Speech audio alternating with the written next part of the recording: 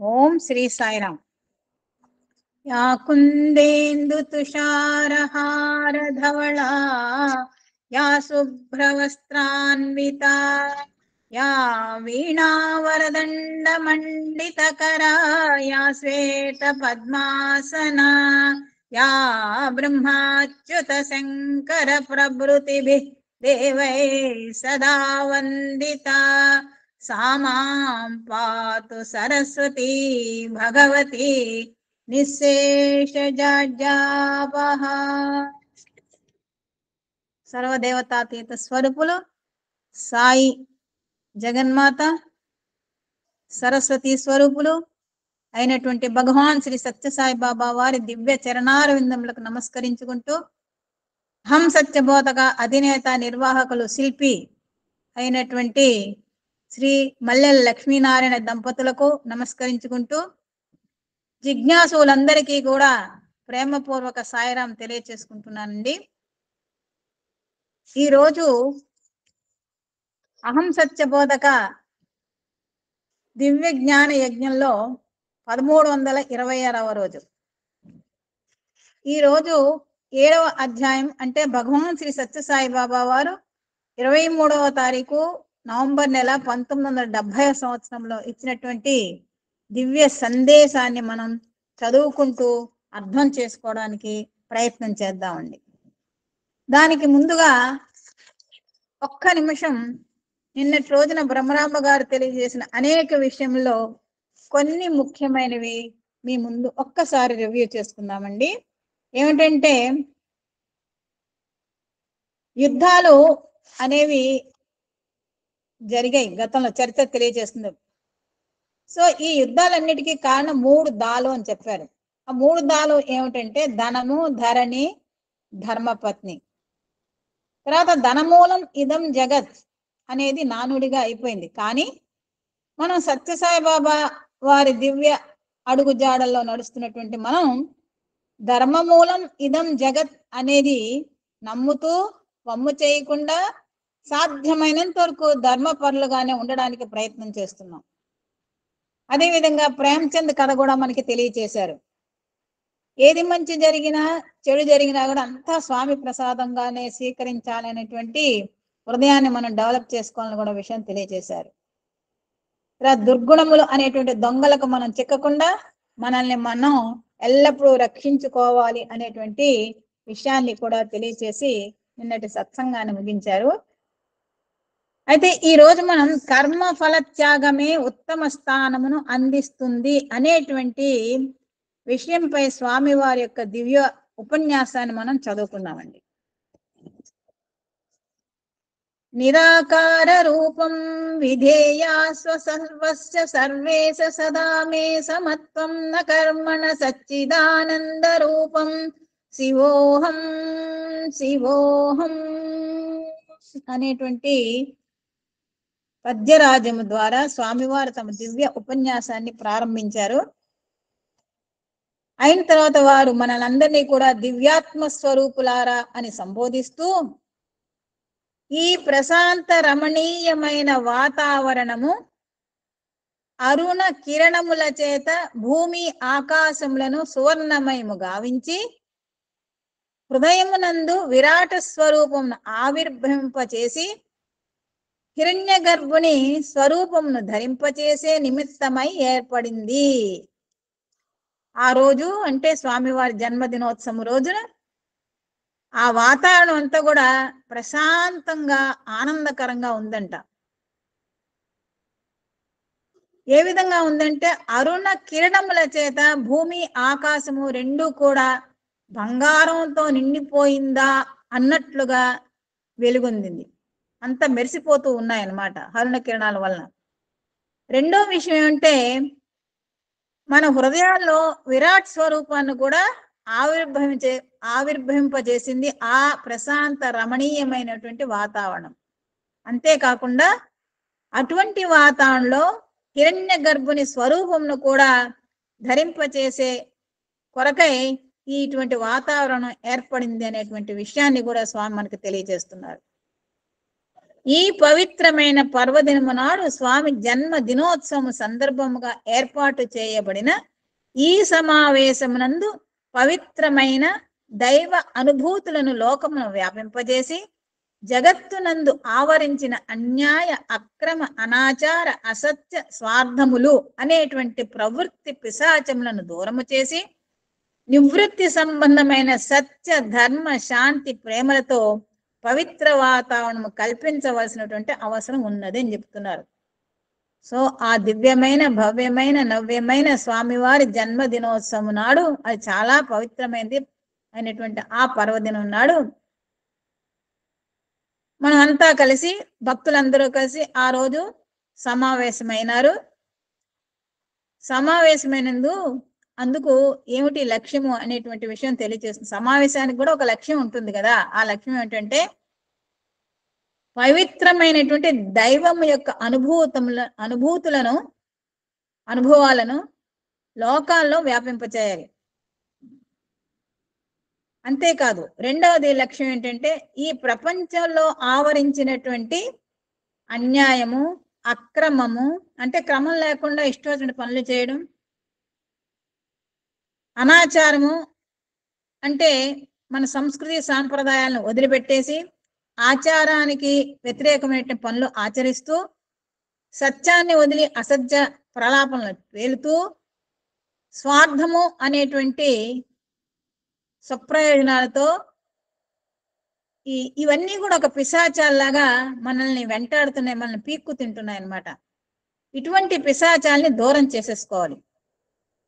చేసేసుకుని నివృత్తి సంబంధము అయినటువంటి ఆటి స్థానంలో ఏంటి అనాచార అక్రమ సత్య అన్యాయ అవాటి స్థానంలో మనము సత్యము, ధర్మము, శాంతి, ప్రేమ, అహింస అనేటువంటి పవిత్రమైనటువంటి భావాలతో ఈ వాతావరణం అంతా కూడా పవిత్రత చేయవలసినటువంటి అవసరం ఎంతైనా ఉన్నది అని వారు తెలియజేస్తున్నారు. యదా యదా హి ధర్మస్య గ్లానిర్భవతి భారత అభ్యుత్థానమధర్మస్య తదాజ్ఞానం సృజామ్యహం.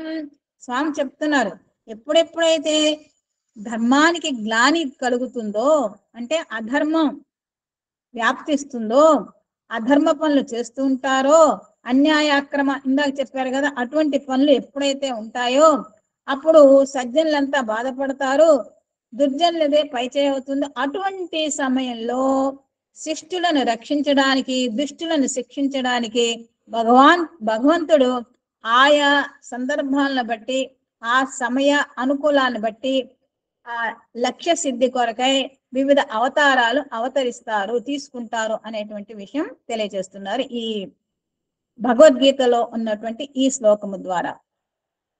మన భారతదేశమందు అనాది కాలం నుండి ధర్మగ్లాని సంభవించినప్పుడు అవతారములు ఉద్భవించి ధర్మమును పునరుద్ధరణ చేసే నిమిత్తమై సత్సంకల్పములో ఆధారము చేసుకుని స్వరూపమును ఒకటి కల్పించుకొని కొన్ని రకములైన శక్తి సామర్థ్యములను ప్రదర్శించి మానవత్వమును దైవత్వముగా మార్చే ప్రక్రియ కొనసాగుతూ వస్తున్నది. అంటే అనాది కాలం నుంచి కూడా భారతదేశంలో మాత్రం భగవంతుడు వివిధ రూపాలు ఆయా అవసరాలను బట్టి తీసుకుని తన యొక్క భగవంతుని యొక్క దివ్య చైతన్య శక్తిని, భగవంతుని యొక్క సామర్థ్యాన్ని కూడా ప్రదర్శించి ఈ మానవ జన్మమెత్తినటువంటి మనల్ని దైవము వైపు నడిపించడానికి, అంటే మానవత్వము నుండి దివ్యత్వానికి, దైవత్వానికి తీసుకువెళ్ళేటువంటి ఒక మార్గాన్ని సూచిస్తున్నారన్నమాట. సూచిస్తారు ప్రతి అవతారంలో కూడా. ఇలా దుర్మార్గంగా ఉంటే ఇలా శిక్షింపబడతాము, కాబట్టి ఆ దుర్మార్గ పద్ధతులు మనం అనుసరించకూడదు, సన్మార్గంగా ఉండాలి అని ఆయా అనుభవాల ద్వారా మనం తెలుసుకుని మంచి మార్గం వైపు నడిచేట్టుగా భగవాన్ మనకి తెలియచేస్తున్నారు. అంతేకాకుండా మరొక శీర్ష పద్యం ద్వారా స్వామి తెలియచేస్తున్నారనమాట. సత్యధర్మ ప్రేమ శాంతులు లేకున్న విద్యలన్నీయు నేర్చి విలువసున్న, సత్యధర్మ ప్రేమ శాంతులు లేకున్న దాన ధర్మాల సార్థకత సున్న, సత్యధర్మ ప్రేమ శాంతులు లేకున్న పదవుల నేలిన ఫలము సున్న. సత్యధర్మ ప్రేమ శాంతులు లేకున్న బహుళ సత్కార్య లాభంబు సున్న. ఈ సనాతన ధర్మ హర్మ్యంబు నిలువ గుణములీయవి నాలుగు గోడలప్ప. ఇంతకన్నను వేరెద్ది ఎరుకపరుతూ సాధు సద్గుణ గణ్యులో సభ్యులారా. స్వామి చెప్తున్నారు మనంతా మంచి గుణములు కలిగినటువంటి సత్వగుణము కలిగినటువంటి సాధువులు. అటువంటి మనకి స్వామి చెప్తున్నారు. ఏమని చెప్తున్నారంటే, మనం చేసే ప్రతి పనిలో కూడా సత్యము, ధర్మము, ప్రేమ, శాంతి అనేవి పొడచూపాలి. ఆ భావంతోనే మనం ఏ పనైనా చేయాలి. సత్యధర్మ శాంతి ప్రేమలో లేకుండా మనం ఏ పని చేసినా అది సార్థకత నొందదు, అది నిరుపయోగం అవుతుంది అనేటువంటి విషయం తెలియజేస్తున్నారు ఇక్కడ. విద్యకు విలువలు ఉండాలి అంటే, మనం నేర్చుకున్నటువంటి విద్యకు విలువ ఉండాలి అంటే అది అందులో ఆ విద్యలో అనుష్ఠించినప్పుడు, నేర్చుకున్న విద్యను అనుష్ఠించినప్పుడు అందులో సత్యము, ధర్మము, ప్రేమ, శాంతి ఉండాలి. లేకపోతే ఆ విద్య నిరుపయోగము, ఎందుకు పనికిరాదు. అదేవిధంగా మనం ఎన్నో దాన ధర్మాలు చేసినప్పుడు కూడా ఈ విలువలు, ఈ 5 విలువలు కూడా చొప్పించి దాన ధర్మాలు చేయాలి. అంటే ధర్మంగా పొందినటువంటి అర్థాన్ని, ధనాన్ని దానానికి, ధర్మాలకి ఉపయోగించాలి. అప్పుడే ఆ దాన ధర్మాలకి సార్థకత చేకూరుతుంది. అంతేగాని అన్యాయ అక్రమ మార్గాల ద్వారా సంపాదించిన దాన్ని దానం చేస్తే దానివల్ల ఎటువంటి సార్థకత నొందరు, తర్వాత భగవంతుడికి కూడా ఇష్టం ఉండదు. అదేవిధంగా ఎన్నో పదవులు వస్తాయి మనకి, ఉద్యోగంలో కానీ ఇంట్లో కానీ ఎన్నో పదవులు, అధికారాలు వస్తుంటాయి. వాటిలో కూడా మనం ఈ విలువలను చొప్పించుకుని మనం ప్రవర్తించాలి. లేకపోతే మనం పొందినటువంటి పదవులకి ఎటువంటి విలువ ఉండదు. పదవి అంటే కేవలం ఉద్యోగంలోనే కాదు, ఇంట్లో కూడా పదవులండి. ఇప్పుడు నానమ్మ, అమ్మమ్మ, తాతయ్య, అమ్మ, నాన్న ఇవన్నీ కూడా పదవులే. సో అక్క, తమ్ముడు ఇవన్నీ కూడా పదవులు. ఈ పదవులకి తగినట్టుగా మనము ఈ సత్యము, ధర్మము, ప్రేమ, శాంతులతో మన వారితో ఏర్పడినటువంటి సంబంధ బాంధవ్యములను నిలుపుకోవాలి. అదేవిధంగా ఉద్యోగం చేస్తే, ఏదన్నా వ్యాపారం చేస్తే మనకున్నటువంటి ఒక పదవి అనేది ఒక నిర్దిష్టమైనటువంటి రూపం ఉంటుంది, లేకపోతే ఒక పేరు ఉంటుంది. ఆ పేరుకు తగ్గట్టుగా ఈ విలువలను చొప్పించి మనం ప్రవర్తించాలని తెలియజేస్తున్నారు. అంతేకాకుండా మనం ఎన్నో సత్కార్యాలు చేస్తుంటాము. ఆ సత్కార్యాలన్నీ కూడా ఈ సత్యము, ధర్మము, ప్రేమ, శాంతి అనేటువంటి విలువలను చొప్పించుకొని చేయాలి. ఈ విలువలు లేకుండా చేస్తే ఎటువంటి సత్కారం అని ప్రపంచానికి తెలుస్తుంది, కానీ మన మనసుకి తెలుస్తుంది. ఏం తెలుస్తుంది మన మనసుకి అంటే, చేసిన వాడికి ఈ సత్యధర్మ, ప్రేమ, శాంతులు లేవు, కానీ నేను ఈ లోకాని కోసం, డంబం కోసం, ఆడంబరం కోసం చేస్తున్నాను వాడి అంతరాత్మ ఎప్పుడు చెబుతూనే ఉంటుంది అన్నమాట. ప్రజలు తెలుసుకోలేకపోయినా ప్రభువుకి మాత్రం అన్ని తెలుస్తాయన్నమాట. అంచేత ఈ విలువల్ని మనం హృదయంలో పెట్టుకొని సత్కార్యాలు చేయాలి. ఒకవేళ ఈ విలువలు లేకపోతే మనం చేసే సత్కార్యాలకు ఫలితం అంతా కూడా పెద్ద సున్నా అన్నమాట. ఇటువంటి సనాతన ధర్మముతో నిలబడినటువంటి ఈ భవనము, హర్మ్యం అంటే భవనము, నిలవడానికి పునాదులు ఉండాలి. ఆ పునాదులపైన ఈ భవనం నిర్మించాలంటే గోడలు ఉండాలి. సో ఈ గోడలు 4 ఏమిటి? 4, ఒక గదికి 4 గోడలు ఉంటాయి కదా. ఈ 4 గోడలు కూడా సత్య, ధర్మ, ప్రేమ, శాంతి అన్నమాట. ఈ సనాతన ధర్మము అనేటువంటి బిల్డింగ్ కి ఈ 4 గోడలు అన్నమాట. కాబట్టి ఈ గోడలు దృఢంగా ఉంటే ఆ గదిలో మనం చాలా హాయిగా ఉండగలం. ఈ గోడలు దృఢంగా లేకపోతే ఎప్పుడైనా పడిపోవచ్చు, ఎవరైనా ప్రవేశించవచ్చు, మన జీవితం కూడా ఎన్నో కష్ట నష్టాలను అనుభవించవచ్చు. అంచేత ఈ 4 గోడలు దృఢంగా ఉండాలి. అంటే సత్య, ధర్మ, శాంతి, ప్రేమ అనేటువంటి విలువలతో మనం ఎప్పుడైతే జీవిస్తామో మన జీవితం భద్రంగా ఉంటుందని తెలియజేస్తున్నారు అన్నమాట స్వామి. తర్వాత దివ్యాత్మ స్వరూపులారా అని మనల్ని సంబోధిస్తున్నారు. మనం అంతా కూడా దివ్యాత్మ స్వరూపం, మనకు తెలియదు. కానీ మనం ఏమనుకుంటా అంటే స్వామి ఒక్కడే దివ్యాత్మ స్వరూపం. కాదు, స్వామి అంటే నేను దేవుడిని, మీరు దేవుడే. కానీ ఆయనకి తెలుసు దివ్యాత్మ స్వరూపం, మనకు తెలియదు. కానీ అందుకని మనకి చేస్తున్నారు అనమాట. ఎప్పుడు కూడా మీరు కూడా దివ్యాత్మ స్వరూపులే, మీరు సామాన్యులు కాదు అనేటువంటి విషయాన్ని తెలియచెప్తున్నారు ఎప్పటికప్పుడు. సాంప్రదాయం అనుభవించకపోయినను సత్కార్య సంబంధమైన సంస్కృతిని మనము సాధించకపోయినను కాయమునకు కేటాయించిన కాలము క్రమక్రమేణా తరిగిపోవటము, విరిగిపోవటము సంభవిస్తూనే ఉంటున్నది. మనం సత్సాంప్రదాయాల్లో పుట్టాము. సత్సాంప్రదాయాలు కలిగిన కుటుంబంలో కూడా భగవంతుడి దయ వల్ల పుట్టాము, పెరుగుతున్నాము. అటువంటి వాతావరణంలో కూడా ప్రస్తుతం మనం ఉన్నాం. ముఖ్యంగా సత్యసాయి సేవా సమితిలో సభ్యులమైనందుకు అటువంటి పరిస్థితి ఉంది మనకి. మనం సాంప్రదాయాల్లో మనలాంటి వాళ్ళు ఉన్నా, కొంతమంది సాంప్రదాయాలకు వ్యతిరేకంగా నడుస్తున్నా, ఈ కాయానికి ఒక ఎక్స్పైరీ డేట్ ఉంటుంది. ఆ ఎక్స్పైరీ డేట్ సమీపిస్తూనే ఉంటుంది. అంటే మనకి వెళ్ళిపోయే జీవితాన్ని ముగించేటువంటి సమయం దగ్గరికి వస్తుంది అనమాట. కాబట్టి ఈ సమయం దగ్గరికి వచ్చే లోపల మనం అన్ని సత్కార్యాలే చేయాలి. మనం ఏ కార్యాలు చేసినా మన కాలం దగ్గరికి వస్తుంది. పుట్టినరోజు జరుపుకున్నామంటే అర్థం ఏంటి? మనకు భగవంతుడు ఇచ్చినటువంటి డేట్స్ లో ఒక డేట్, ఒక సంవత్సరం అయిపోయింది అని అర్థం అన్నమాట. అది గుర్తించుకోవాలి. గుర్తించుకొని భగవంతుడి దగ్గర వెళ్తున్నాము కాబట్టి ఇంకా ఏం చేస్తే ఇంకా దగ్గరికి వెళ్ళిపోతాము అనేటువంటి విషయాన్ని మనం శోధించుకుని, మన ఆలోచించుకుని ఆ విధంగా ప్రవర్తించడానికి మనం ప్రయత్నం చేయాలి. పుట్టినరోజు అంటే భగవంతుడి దగ్గరికి వెళ్తున్నాము, ఒక సంవత్సరం దగ్గరికి వెళ్ళిపోయాము, ఇంకా కొన్ని సంవత్సరాలు ఎన్నాళ్ళు ఉంటాం మనకు తెలియదు అనమాట అనేటువంటి విషయాన్ని మనం ఎప్పుడు కూడా జ్ఞప్తి అందించుకోవాలి. కాయము కేవలము కర్మ నిమిత్తమై ఉద్భవించినదే కానీ ఆహార విహార నిమిత్తమై ఉద్భవించినది కాదని మనం ప్రప్రథమంగా తెలుసుకోవాల్సిన విషయము. మనం మొట్టమొదటి ఏం తెలుసుకోవాలంటే, భగవంతుడు మనకి ఈ శరీరాన్ని ఇచ్చింది ఎందుకంటే కేవలం తిని తిరగడానికి కాదు.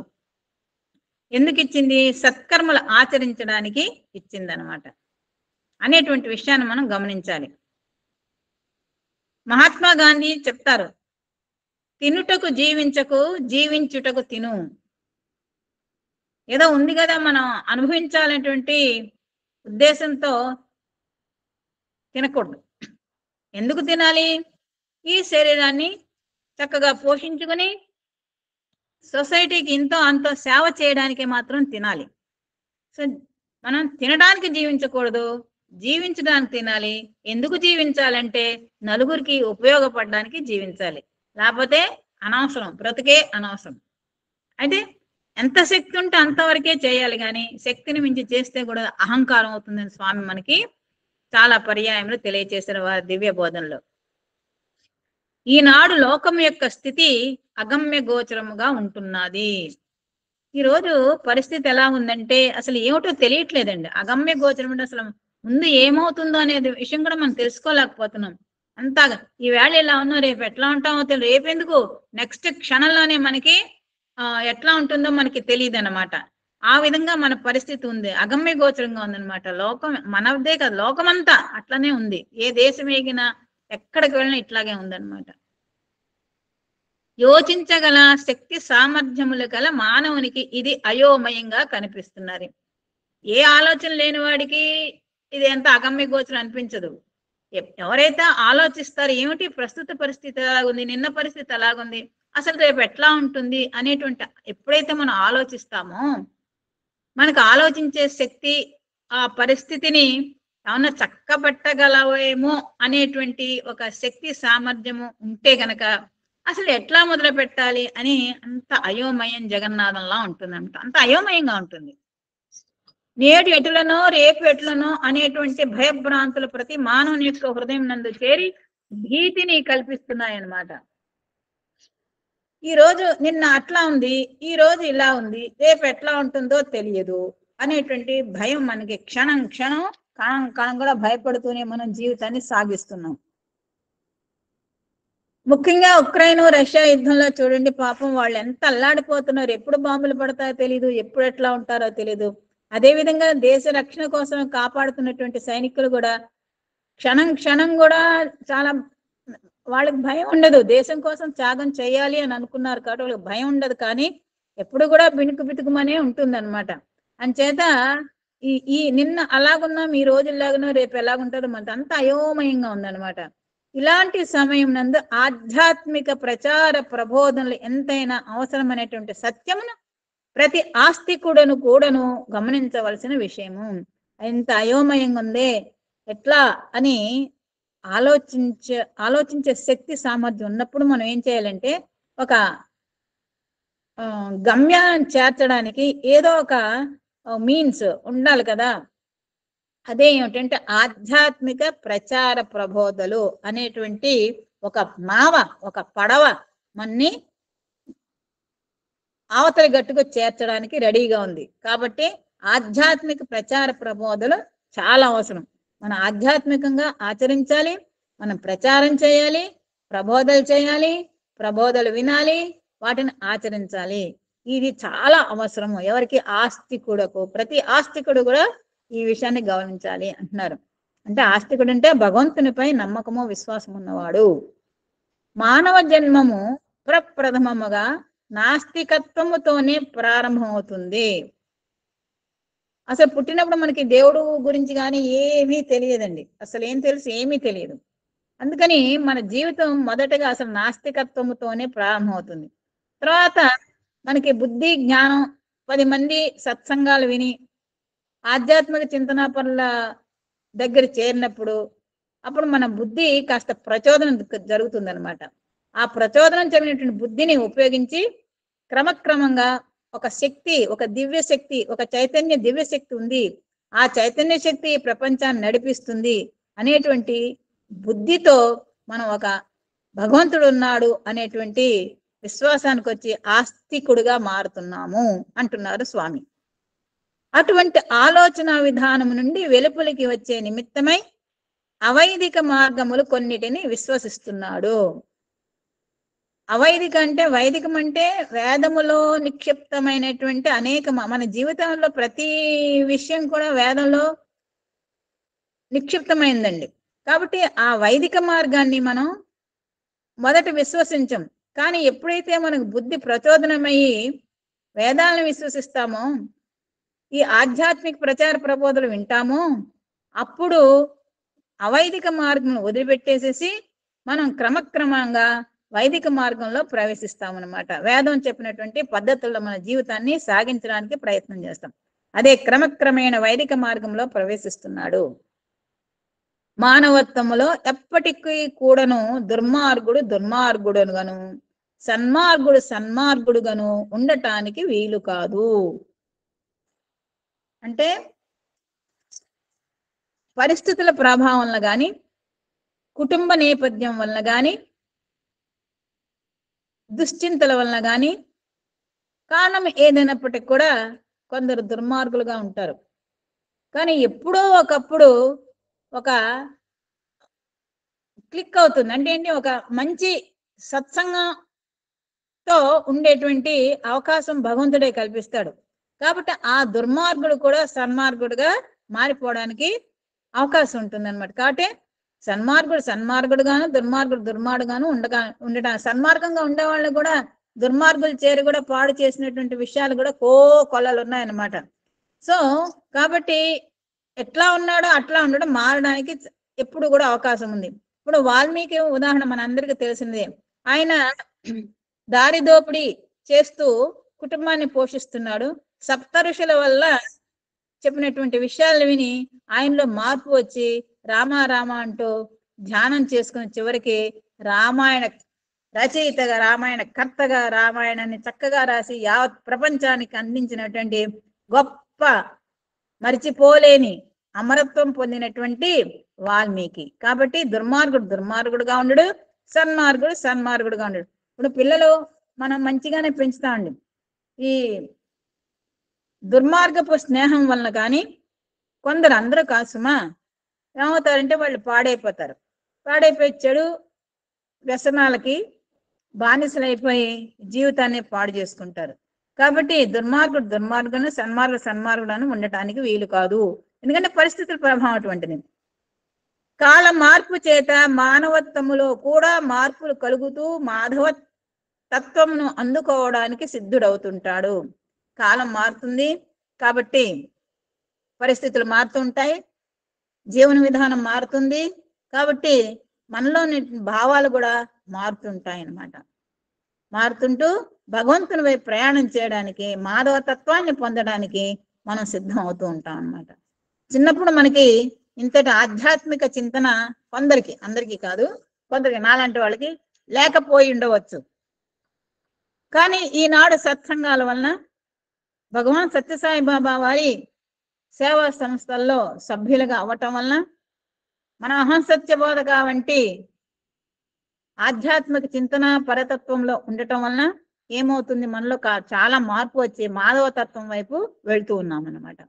అయితే ఈనాటి ప్రపంచమునందు కర్తవ్యమును విడిచే పరిస్థితి ఏర్పడుతున్నది. అయితే ఇంత మాధవతత్వం వైపు మనం ప్రయాణం చేస్తున్నప్పటికి కూడా చేయవలసిన కర్తవ్యాన్ని విడిచిపెట్టేటువంటి పరిస్థితులు ఏర్పడుతున్నాయి అంటున్నారు స్వామి. ఏమిటో చూద్దాం. కర్తవ్యంను గుర్తించి దానిని సరి అయిన మార్గములో అనుసరించిన వానికి నిరంతరము క్షేమమే. ప్రతి వ్యక్తి కూడా కొన్ని కర్తవ్య కర్మలు చేయడానికే భగవంతుడు మనని సృష్టిస్తాడు. ఇప్పుడు కుమారుడుగా ఉన్నాడంటే కుమారుని కర్తవ్యాలు ఏమిటి? తల్లిదండ్రులని చక్కగా చూసుకోవాలి. అట్లాగే ఆ తల్లిదండ్రులు ఉన్నారంటే పిల్లల్ని ప్రేమగా పెంచుకోవాలి. ఒక ఉపాధ్యాయురాలు ఉన్నది, ఉపాధ్యాయుడు ఉన్నాడంటే పిల్లల్ని ప్రేమగా చదువు చెప్పాలి. ఒక అధికారి ఉన్నాడంటే ఆ సంస్థని చక్కగా దిద్దుకోవాలి. ఈ విధంగా ప్రతి వ్యక్తికి కొన్ని బాధ్యతలు, బరువులు, కర్తవ్యాలు ఉంటాయన్నమాట. అయితే వాటిని సరిగ్గా ఎవరైతే చేస్తారో, కర్తవ్య కర్మలను, బాధ్యతలు నిర్వర్తిస్తారో వాళ్ళు ఎప్పుడు కూడా క్షేమంగానే, ఆనందంగానే ఉంటారు. దురదృష్టవశాత్తు ఇప్పుడు హక్కుల గురించి ఎక్కువ మంది పోరాడుతున్నారు, కానీ బాధ్యతల్ని మర్చిపోతున్నారు చాలా వరకు. ఇంట బయట, సంఘంలో, దేశంలో, అన్ని చోట్ల కూడా. బట్ హక్కులతో పాటు బాధ్యత కూడా నిర్వర్తించాలి. హక్కులు ఉండాలి, బాధ్యత కూడా స్వీకరించాలన్నమాట. తల్లిదండ్రుల ఆస్తి తీసుకోవడానికే హక్కు ఉందంటారు, కానీ తల్లిదండ్రులను చూడాల్సిన బాధ్యత తీసుకోవడానికి వృద్ధాశ్రమాలు వెలిసిపోతున్నాయి. రోజు రోజుకి పెరిగిపోతుంది, నంబర్ కూడా పెరిగిపోతుంది, సంఖ్య కూడా పెరిగిపోతుంది. కాబట్టి పిల్లలు ఎప్పుడు కూడా తమ బాధ్యతను కూడా గుర్తించాలి, తల్లిదండ్రుల్ని ప్రేమించాలి, వాళ్ళని చక్కగా చూసుకోవాలి అనేటువంటి విషయాన్ని. కర్తవ్యమును విడిచిన వాడే పతనమైపోతాడు. అంతే కదండి. తన కర్తవ్యాన్ని ఎవరైతే చేయకుండా దాక్కుంటాడో, తప్పించుకుంటాడో వాడు ఎప్పటికీ పైకి రాడు, ఉన్నత స్థితికి వెళ్ళలేడు. తర్వాత కష్టాలు కూడా అనుభవిస్తుంటాడు. కర్తవ్యాన్ని ఎప్పుడైతే మనం మర్చిపోతామో, ఎప్పుడైతే మనం తప్పించుకుంటామో అప్పుడు అనుకోని కష్టాలు, నష్టాలు వస్తూ ఉంటాయన్నమాట. కర్మఫల త్యాగమే ఉత్తమ స్థానం నందిస్తుంది. మనం చేసినటువంటి కర్మలను కూడా భగవంతునిపై భారం వేసి, నేను ఈ పని చేస్తున్నాను, అది నా కర్తవ్యం స్వామి, ఆ ఫలితం నీకు అప్పచెప్పేస్తున్నాను, నాకు తెలియదు, నీదే అని మనం స్వామికి చెప్పాలి. అన్యదాశనం నాస్తి త్వమేవ శరణం మమ కారుణ్యభావం రక్ష రక్ష సాయీశ్వర సర్వం శ్రీ సాయీశ్వరార్పణమస్తు అని వేదపట్నం అయిన తర్వాత మనం స్వామికి చెప్పేస్తాం అనమాట. అందులో ఏ తప్పులున్నా సరే అన్ని నీకే. కాబట్టి మనం చేసిన కర్మ ఫలాన్ని త్యాగం చేసేయాలి. భగవంతుడు నీకే ఇచ్చేస్తున్నాను, నేను చెయ్యాలి కాబట్టి ఇచ్చేసాను, కానీ ఫలితం మాత్రం నీదే, నాది కాదు అని అనుకోవాలి.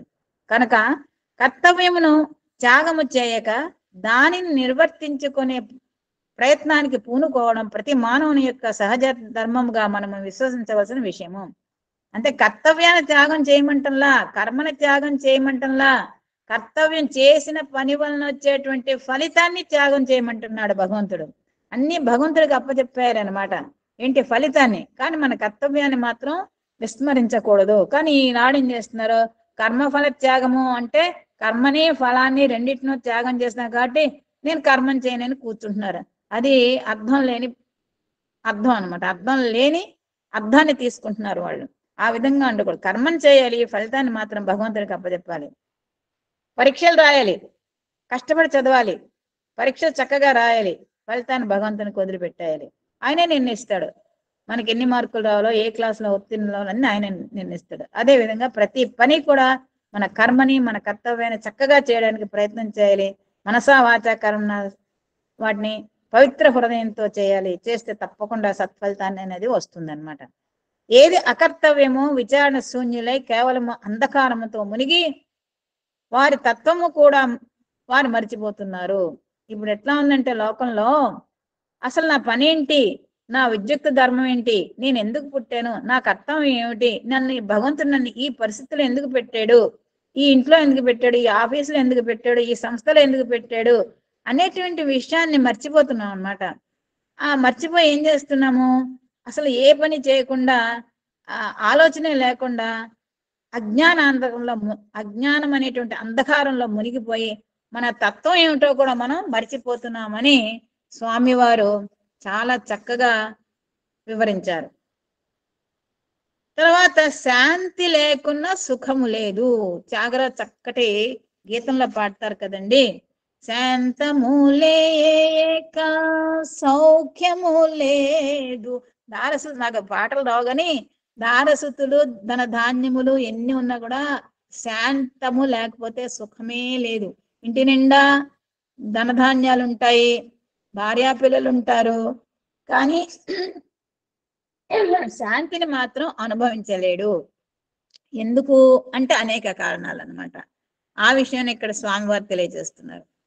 దివ్యాత్మ స్వరూపులారా, ఈనాడు ప్రతి మానవుడు ప్రతి విషయమునందు సులభ మార్గములో సుఖశాంతులు అనుభవించాలని ఆశిస్తున్నాడు. అన్నిటికీ షార్ట్ కట్సే, గైడ్ లో కూడా షార్ట్ కట్స్, చదివేటప్పుడు కూడా షార్ట్ కట్ ఆన్సర్లు, అన్ని షార్ట్ కట్.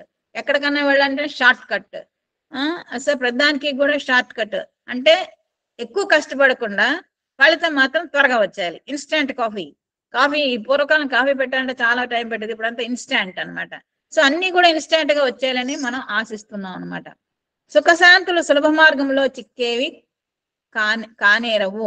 సులభ మార్గంలో వచ్చేటువంటి సుఖము శాంతి మాత్రమే నిజమైనటువంటి సుఖశాంతులు కావు అంటున్నారు. నిజమైన సుఖము నిజమైన శాంతి ధన కనక వస్తు వాహనాదులందు లేదు. నిజమైనటువంటి మనకి ధనం ఉంది, బంగారం ఉంది, వజ్రాలు ఉన్నాయి, వైడూర్యం ఉంది, వాహనాలు ఉన్నాయి, అనేక కార్లు ఒక్కొక్క వ్యక్తికి అనుకుందాం, బిల్డింగ్స్ ఉన్నాయి, కానీ శాంతి ఉండదు. ఎందుకు ఉండదు అంటే చాలా కారణాలు ఉంటాయి అన్నమాట.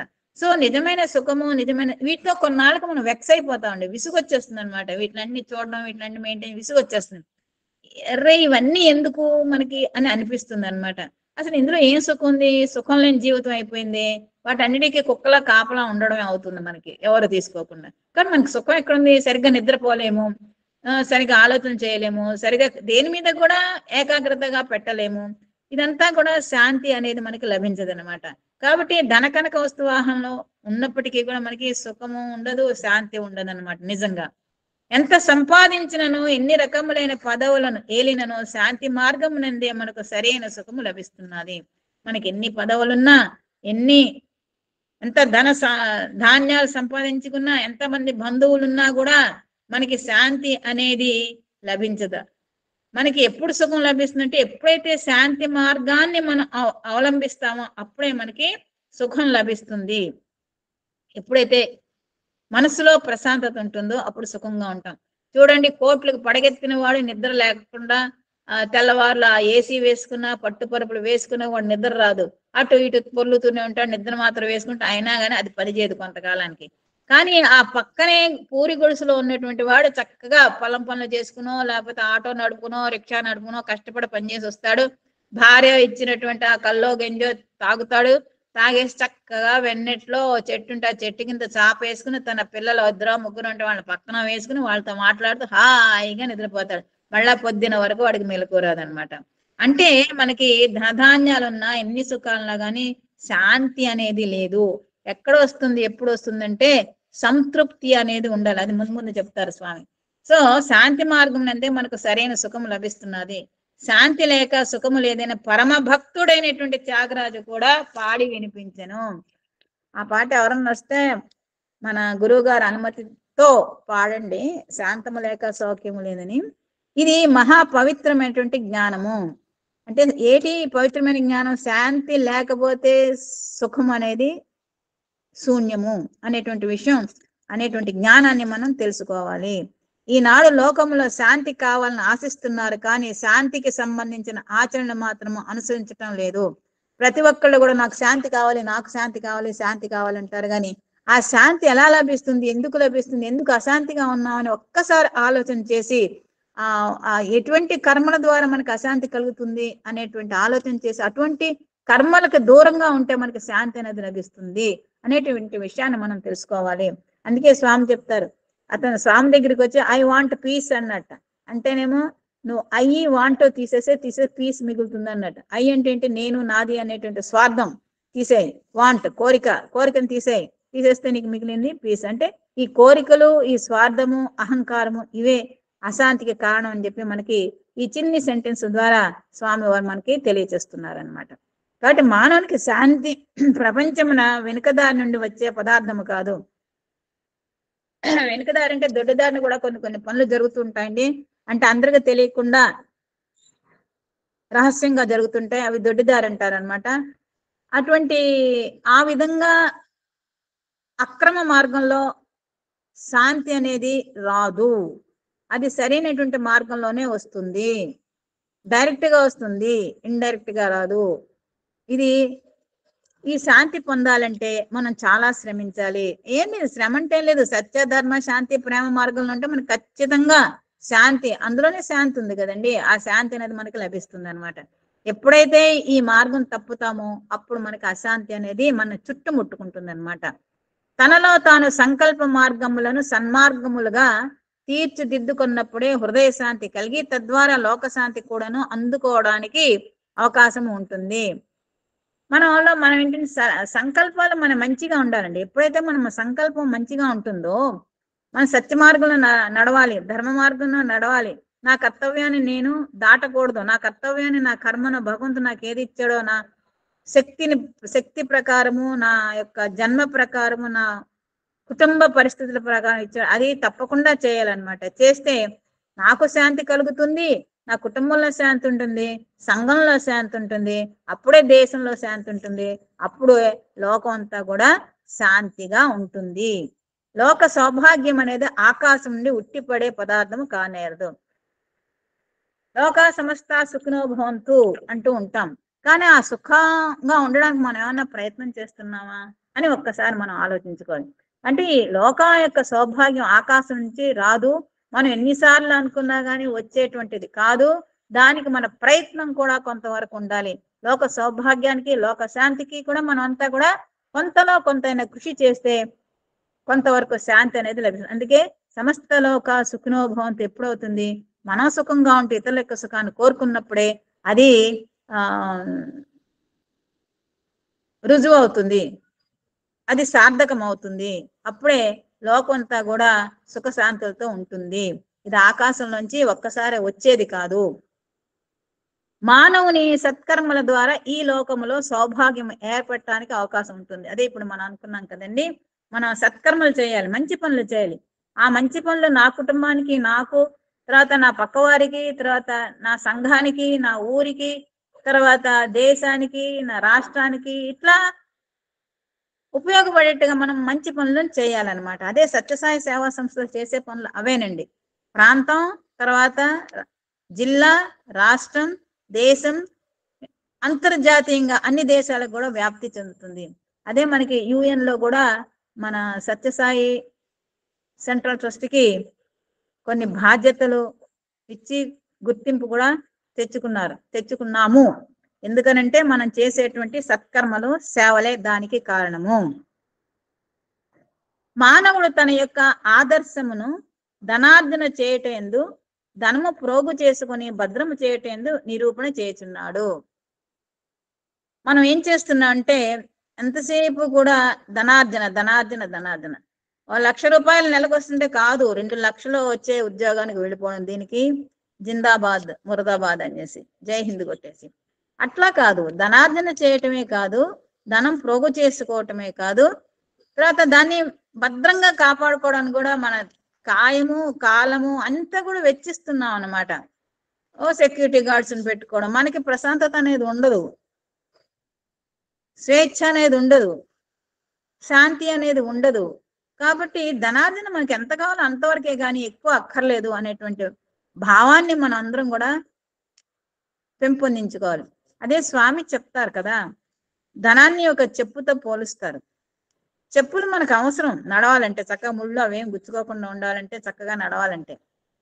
అలాగని చెప్పి చెప్పులు మనకి రక్షణ ఇస్తున్నాయని పెద్ద చెప్పులు కొనేసుకున్నాం అనుకోండి, ఏమవుతాం, పడతాం, ముందుకి పడిపోతాం, లేదా వెనకవాడు వచ్చి ఆ పొడుగ్గా ఉన్నటువంటి ఆ చెప్పు భాగాన్ని తొక్కుతాడు నడిచేటప్పుడు, మనం మళ్ళా పళ్ళు రాలగొట్టుకుంటాం అనమాట.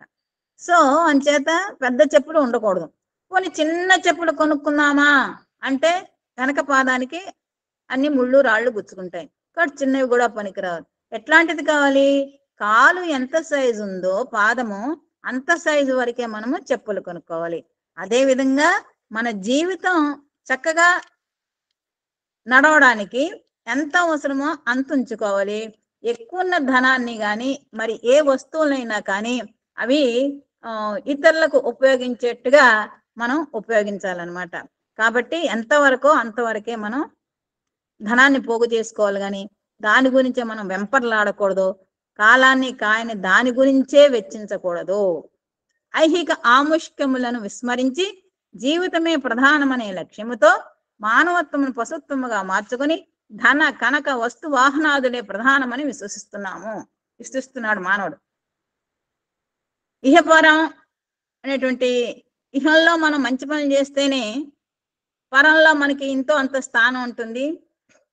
నెక్స్ట్ జన్మ అంటూ ఉంటే అప్పుడు మనకి సుఖశాంతులు ఉంటాయి, చక్కటి జన్మ కలుగుతుంది అని ఆలోచన కానీ, లేకపోతే మనమే అనుభవించకుండా మన తోటి మనిషి కూడా అనుభవించాలి అనేటువంటి విషయాన్ని పూర్తిగా మర్చిపోయి మనం ఎల్లప్పుడూ ఉంటాము, బ్రతికే ఉంటాము, మనకి మరణం అనేది రాదు, పక్కవాడు మరణిస్తున్నా కానీ ఒకరోజు మనకు కూడా ఈ స్థితి వస్తున్నటువంటి విషయాన్ని మర్చిపోయి జీవితం మన ప్రధానం అని చెప్పేసి మన మానవత్వాన్ని పశుత్వంగా మాత్రం అంటే పశువుల్లా ప్రవర్తిస్తున్నాం అన్నమాట. స్వామి అంటారు, మానవుల కన్నా పశువులే పశువులే ముఖ్యము. పశువులు చాలా చక్కగా వాటికి ఒక సీజన్ రీజన్ ఉంటుంది, మానవుడికి ఒక సీజన్ లేదు రీజన్ లేదు అని అంటారు స్వామి.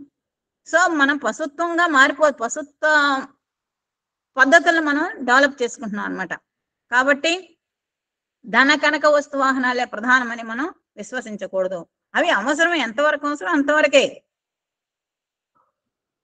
తన సత్యము తాను గుర్తించక ధనమే ప్రధానమైనదని దాని కొరకే ప్రాకులాడుతున్నాడు. ధనము అనేది అవసరమే, కానీ ఎంతవరకు అవసరమో అంతవరకే, కానీ అంతకు మించి ఉండాలని మనం కోరుకోకూడదు, దాని గురించి వెంపర్లాడకూడదు అనేటువంటి విషయాన్ని స్వామివారు మనకి తెలియచేస్తున్నారు. ఇటువంటి సదావకాశం ప్రసాదించినటువంటి భగవాన్ శ్రీ సత్యసాయి బాబా వారి దివ్య చరణారవిందములకు మరొక్కసారి కృతజ్ఞతలు తెలియచేసుకుంటూ, అవకాశం ప్రసాదించినటువంటి గురువు గారికి వందనములు. విన్నటువంటి నాతోటి సోదరీమణులకు కృతజ్ఞతలు తెలియచేసుకుంటూ అందరికీ సాయిరామ్ అండి. సాయిరామ్.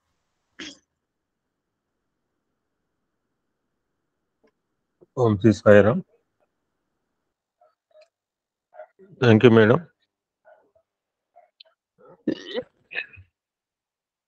ఓంకార బీజ రూపాయ సర్వేశాయ జగత్పతి శతమాయ నమస్తుభ్యం శ్రీ సత్యసాయి గణాధిప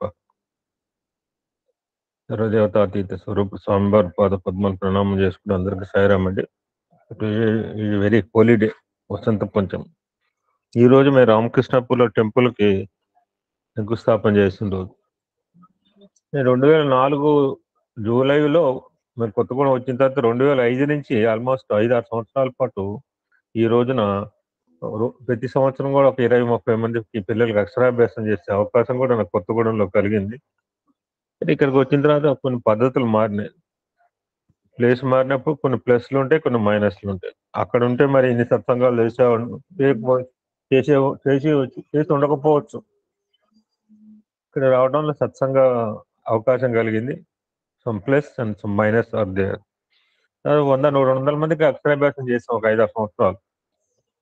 ఇది హోలియస్టిక్ డే. మనందరం కూడా జ్ఞానం గురించి తాపత్రయం కనుక ఎన్ని పనులు ఉన్నా అన్ని కూడా పక్కన పెట్టి నేను వస్తున్నాను, మీరు వస్తున్నారు. మీరు రాబట్టి నేను వస్తున్నాను, మీరు రాకపోతే నేను కూడా రాను.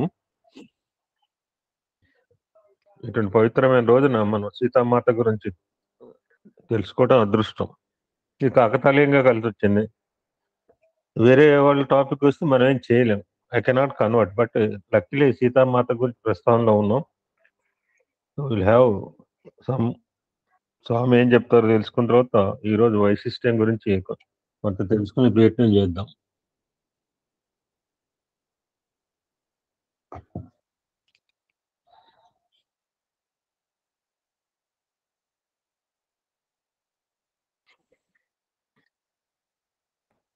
నేను ఎక్కడ ఆగామంటే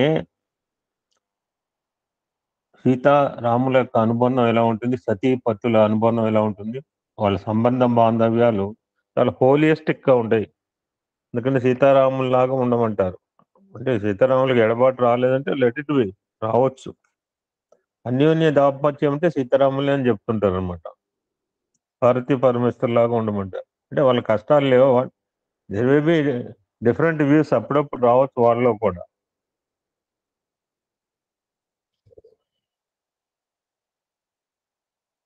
ఎక్కడంటే రాముడితో పాటు అడవికి పోయే టాపిక్ నడుస్తోంది, నేను అక్కడ ఆపాము. ఇప్పుడు కౌసల్యాదేవి సీతని దగ్గర తీసుకుని రాముడు అడవికి వెళ్ళే సమయంలో అనమాట, అమ్మా నీవు సుకుమారివి, అరణ్యంలో నీవు ఎట్లు నివసించగలవు, ఎట్లు సంచరిస్తావు, ఆకలి దప్పులు ఎట్లు భరిస్తావు, కుమారులు మగవారు కనుక ధైర్యంగా అన్నిటిని జయించుకుని త్వరగా వస్తారు, నువ్వు ఇక్కడే ఉండు అని ఎంతో బతిమాలినప్పటికీ వినలేదు.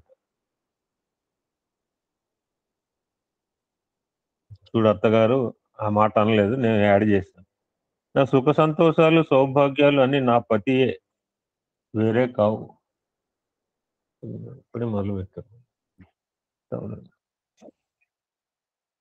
పతి వెంట జంట ఉంటే సుఖమే నాకు చాలు అని అన్నిటినీ త్యజించి కాననంలో ఆనందంగా 13 సంవత్సరాలు గడిపింది.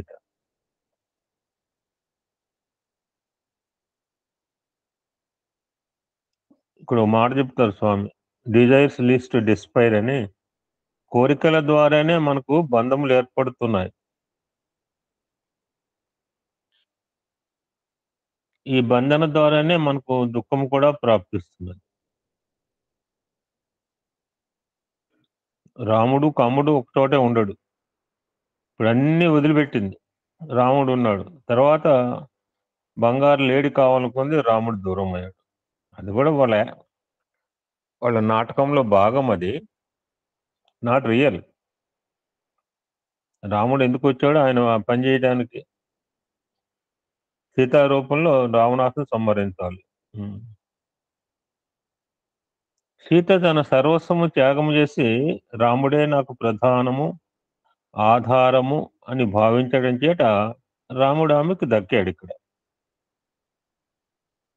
కానీ దండకారణ్యంలో పంచవటి తీరంలో బంగారు జింకను చూసి ఆమె దాన్ని ఆశించడం చేత, అంటే ఆశించడం అంటే కోరిక ప్రభావం చేత రాముడు ఆమెకు దూరమయ్యాడు. అంధకారము ప్రకాశము ఒకే స్థానం ముందు ఒకే కాలంలో ఉండటానికి వీల్లేదు. అయితే సీత, మన ఎవరో సార్ చెప్పారు సుందరకాండలో, ఎందుకు సీత అంటే ఆవిడ ఒకటి ఉన్న సందర్భంలో రాముని కూడా చెప్పా కదా, భార్యాభర్తలు, సీత అయితే ఉంది, రాముడు అయితే ఉంది. రాముని కూడా ఏదో లైట్ గా ఏదో అంది ఒక సందర్భంలో, లక్ష్మణ్ అయితే నిందించింది, అందాన మాటలు అంది. అలా అనపోతే పోడు, అలా పోకపోతే రావణాసు ఎత్తుకుపోడు. ఇదంతా నాటకం మళ్ళా. అలా చూస్తే నాటకము, కానీ చాలా భయంకరమైన మాటలు తూలనాడింది లక్ష్మణుని. సో తెలిసి చేసినా తెలియక చేయని యాక్షన్ రియాక్షన్ చెప్పుకుంటున్నాం వేదంలో. నువ్వు తెలిసి చేయి, తెలియక ముట్టుకున్నా కాలుతుంది. చిన్నపిల్లడు తెలియకుండా ముట్టుకుంటాడు, మనం తెలిసి ముట్టుకుంటాం. వాడికి కాలుతుంది, మనకి కాలుతుంది. అయితే పాపం సీత పాపము లంకలో కూర్చుని తాను చేసిన పొరపాటు గుర్తించి అది కావాలి ఇది కావాలి అనే వాంఛలు ప్రకృతి సహజమని తెలిసింది. లంకలో రాక్షస స్త్రీలు ఎన్ని బాధలు పెట్టినా అవమానాలు గుర్తేసినా సీతాదేవి భరించగలిగింది. ఆవిడ భూజాత కదా, మదర్ క్వాలిటీస్ కొన్ని ఉన్నాయి. ఆమెకు అటువంటి మనోబలం ఎట్లా వచ్చింది? అది అసలు పాయింట్. అది అంత ఆత్మస్థైర్యంతో ఎలా ఉండగలిగింది?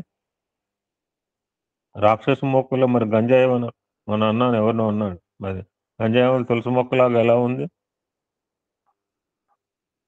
ఎలా ఉందంటే ఉంటుంది, ఒకటే కారణం అంట. ఎలా ఉండగలిగినట్టు ఒకటే రీజన్, ఓన్లీ వన్ రీజన్. 100 కారణాలు లేవు, స్వామి చెప్పలేదు అక్కడ. రామనామం వల్లనే ఆవిడకి ఆ శక్తి వచ్చింది. దిస్ ఇంపార్టెంట్ అండి. నువ్వు ఎక్కడైనా ఉండు, ఏదైనా కష్టాలు ఉండు, నా ఎవరికి లేవు కష్టాలు, నాకు లేవా? 20 రోజులు బట్టి బాధపడుతున్నా పన్ను నొప్పితో, సరిగా తినక. అటు నా నామం అయితే చేసుకుంటూనే ఉన్నా. నేను ఈ లెక్కదేజపం రాసుకుంటున్నా, గాయత్రి చేసుకున్నా, ఏం చేసుకున్నా నా దైనంచర్య ఆపదలుచుకోలేదు.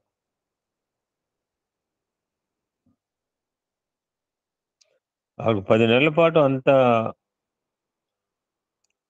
రాక్షస ముఖం మధ్య ఎలా ఉండగలిగిందంటే కేవలం నిరంతరము ఆ రామనామ స్మరణ వల్ల వచ్చిన శక్తి వలన మాత్రమే.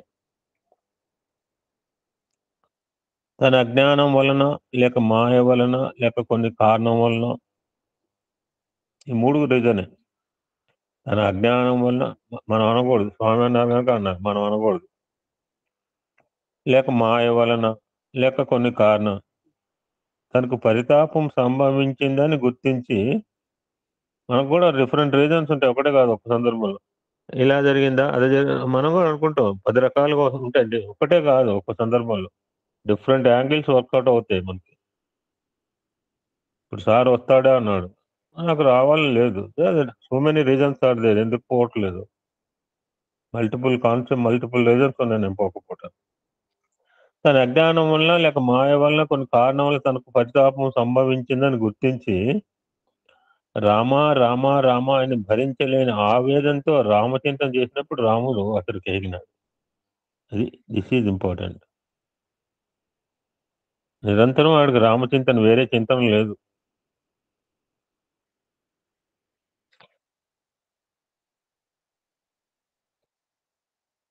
ఒక మంచి కీర్తన పాడండి. ఐఎమ్ టేకింగ్ కొంచెం హాట్ వాటర్, కొంచెం సంబడి. మంచి కీర్తన పాడండి.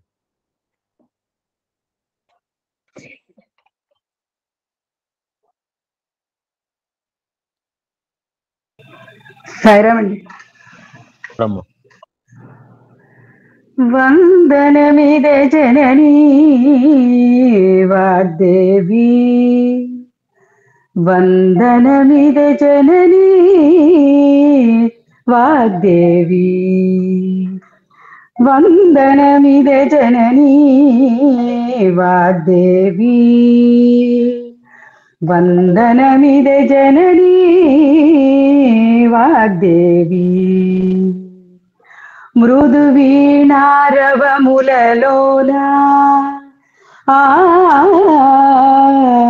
మృదు వీణారవములలోనా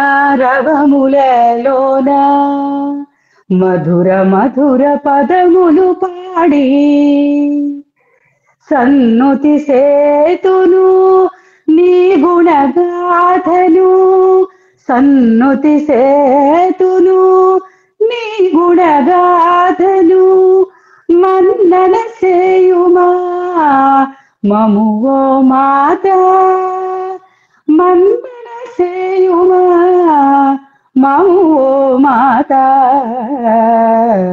వందనమిదే జననీ వాగ్దేవి, వందనమిదే జననీ వాగ్దేవి.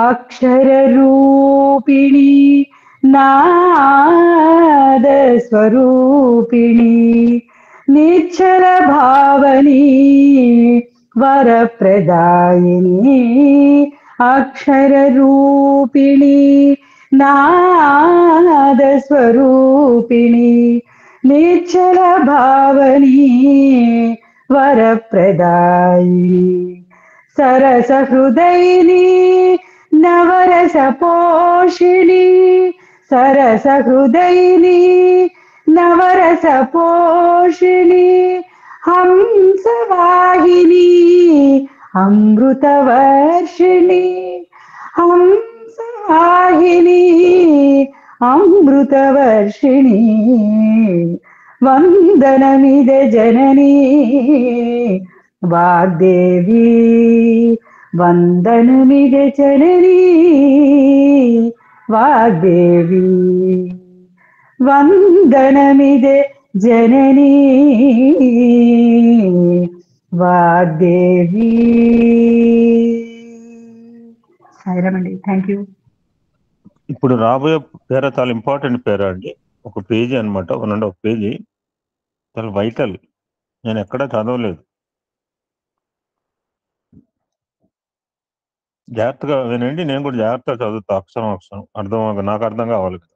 ఈ సంగతి దేవుడేరు. ఒకనాడు కందమూలాల కోసం లక్ష్మణుడు అడవికి వెళ్ళగా సీత రాముని సమీపించి, నాథ, కోరికలు ఉన్నటువంటి వారికి 3 దుర్గుణాలు ఉంటాయి. అండర్స్టాండ్? కోరికలు ఉన్నటువంటి వారికి 3 దుర్గుణాలు ఉంటాయి. సీతాదేవి అంటుంది రాముడితో, అసత్యమాడుట, పరపత్ని గమనం, హింసలు జరగటం. రిపీట్: అసత్యమాడుట, పరపత్ని గమనము, హింసలు జరపటం.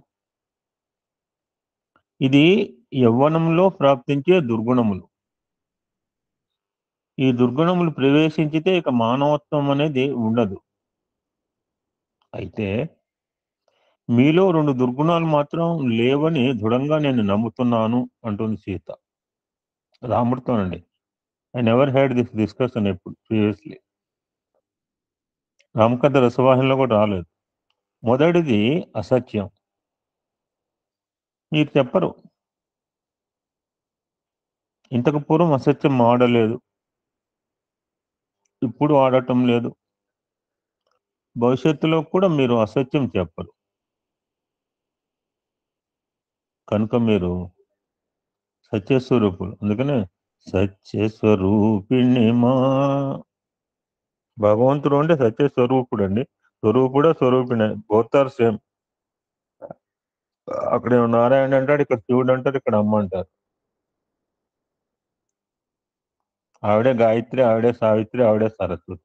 ఒక్కో సందర్భంలో ఒక్కో పేరుతో వస్తుంది. ఒకరికి నా గాయత్రి అని గాయత్రి, ఒకటి సరస్వతి ఇష్టం అంటే సరస్వతి, ఒకడికి లక్ష్మీదేవి ఇష్టం లక్ష్మి, ఒకడికి కాళీ ఇష్టం ఒక కాళీ, అన్నీ ఆవిడే. దీనికి నేను పరిపూర్ణంగా విశ్వసిస్తున్నాను అనేటప్పటికీ రాముడు చెప్పాడు. రాముడు అనే మాటలు చూడండి. పతి మంచివాడని సతి అంగీకరించాలి కానీ మరొకరు అంకరిస్తే అందులో గొప్ప అదండి. నా ఆయన మంచివాడని నా పెళ్ళని చెప్పాలా, నేను మంచివాడిని ఇంకెవడు చెప్పినా నాట్ వ్యాలిడ్. నేను చెప్పట్లేదు, రాముడు అన్నమాట. పతి మంచివాడని సతి అంగీకరించాలి కానీ మరొకరు అంగరిస్తే అందులో గొప్పతనం లేదు. అప్పుడే పతి అనే పదం సరి అయిన విలువ ఉంటుంది. సీత, ఏం మాట్లాడాను బాబు, నేను సత్యవంతుని అంగీకరించావు, చాలా సంతోషం. ఇక రెండవది పరసతి గమనం అనేటటువంటిది నీలో లేదు అంటుంది సీత. దానికి ఎగ్జాంపుల్ ఏంటంటే, ఎక్కడో చూస్తున్నావు రామా, సీత ఇక్కడ ఉన్నది అని వివాహ సమయంలో నా తండ్రి జనకుడు అన్నప్పటికీ నువ్వు నా వైపు చూడలేదు. కారణం ఏమిటి?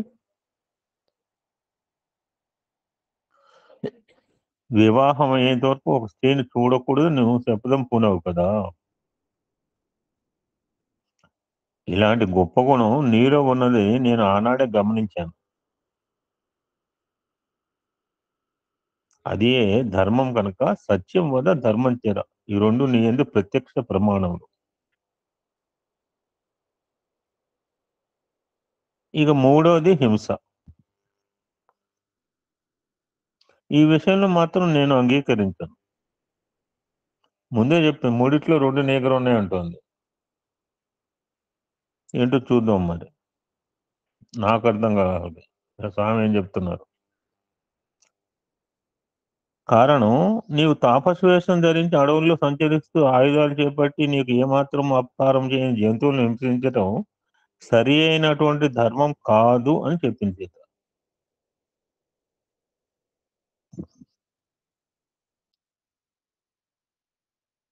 అయోధ్యలో రాజుగా జీవించే సమయంలో ఆయుధాలు అవసరం, కానీ తాపస వేషంలో అడవుల్లో సంచరించే సమయంలో ఆయుధాలు ఉపయోగించకూడదు.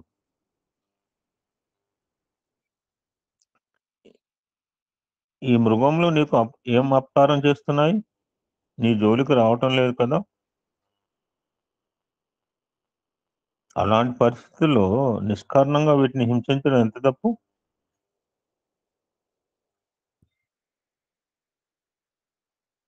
ఏనాడు నోరు విప్పి సీత ఈ విధంగా రామునితో పలుకలేదు.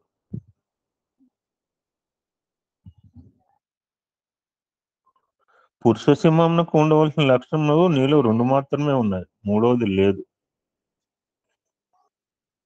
ఆదర్శ పురుషుడు నీవు.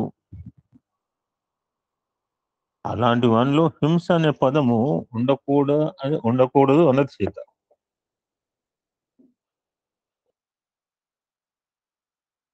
అప్పుడు రాముడు నవ్వుతూ, నువ్వు చెప్పింది నిజమే, కానీ మునులకు తాపస్సులకు ఋషులకు అనేక రకములైన కష్టములు కలిగిస్తున్నారు రాక్షసులు. హే రామ, మా కష్టాలు దూరం చేయి, ఈ రాక్షసుని సంహరించు, మా తపస్సులకు భంగం కలగకుండా చూడు అని వారే కోరారు. కనుక నేను వారికి హామీ ఇచ్చాను. అందుకనే నేను అరణ్యంకి వచ్చాను, అయోధ్యలో కూర్చోలేదు. అయోధ్యలో కూర్చుంటే ఇవన్నీ ఎలా చేస్తాను? అందుకని నన్ను అయోధ్యకు రాజు చేశాడు మా నాన్న. నా కంటి ముందు ఎవరైనా బాధలు పడుతుంటే సహించలేను. పవిత్రమైన కార్యములు ఆచరించే ఋషులను నేను రక్షించక తప్పదు. ధర్మాన్ని రక్షించితే ధర్మమే దేశాన్ని రక్షిస్తుంది. ధర్మమును మనం హతం చేస్తే ధర్మమే మనల్ని హతం చేస్తుంది. కనుక సీత, ఈ విషయంలో నువ్వు జోక్యం చేసుకోవద్దు అన్నాడు రాముడు. మంచిది కనుక అర్థం చేసుకుంది కనుక సరిపోయింది. ఈ కలికాలంలో ఎవరికి అర్థం కాదు. సీత రాముని పాదాలు పట్టుకుని క్షమించమని ప్రార్థించింది.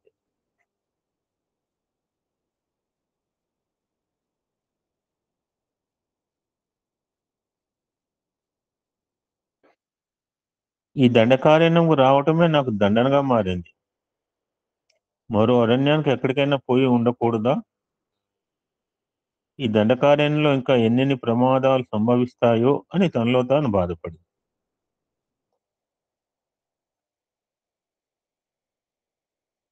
పరిశుద్ధమైన హృదయం గల స్త్రీల యందు భవిష్యత్తు ప్రతిబింబిస్తూ ఉంటుంది. వసంతకాలం వచ్చింది. ఈరోజు Vasanta Panchami. Today festival is related to nature, ప్రకృతి సంబంధించింది. కాసేపు అయిన తర్వాత చూద్దాం. అది పచ్చటి ఆకులు చిగురుస్తున్నాయి, చల్లని గాలు వీస్తున్నాయి. వచ్చింది ఒక బంగారు జింక. ఈ ప్రపంచంలో బంగారు జింక ఉండదని సీతకు తెలుసు. సర్వస్వము త్యాగం చేసిన సీతకు ఈ బంగారు జింకపై ఎందుకు ఆశ కలిగింది? అన్నింటినీ త్యజించడం చేత రాముని పొందగలిగింది. సీత ఎప్పుడు జింకను కోరిందో రాముడు దూరం అయ్యాడు. త్యాగం చేసినప్పుడు రాముడు దక్కాడు, ఆశను పెంచుకున్నప్పుడు రాముడు దూరం అయ్యాడు. రామ, నాకు ఈ జింక కావాలి అని అడిగింది సీత. సీత ఏనాడు ఏ కోరిక కోరలేదు. ఈనాడు నోరు తెరిచి తనకు జింక కావాలని కోరింది. తప్పక దాన్ని తీసుకొచ్చి సీతను తృప్తిపరచాలి అని అనుకున్నాడు రాముడు. కానీ మధ్యలో లక్ష్మణుడు, అన్నా, ఇది మాయ జింక, ఈ సమయంలో మీరు పర్ణశాల వదలకూడదు, అంత అవసరం అనుకుంటే నేను వెళ్తాను అన్నాడు.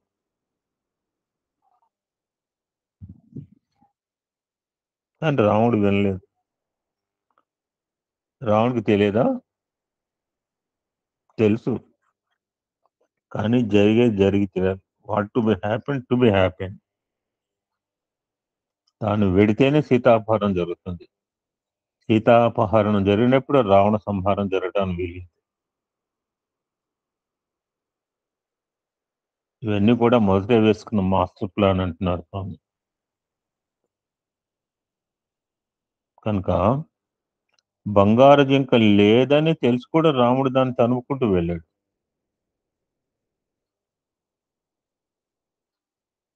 రాముడి బాణం తగిలిన తక్షణం ఆ జింక కింద పడిపోయింది.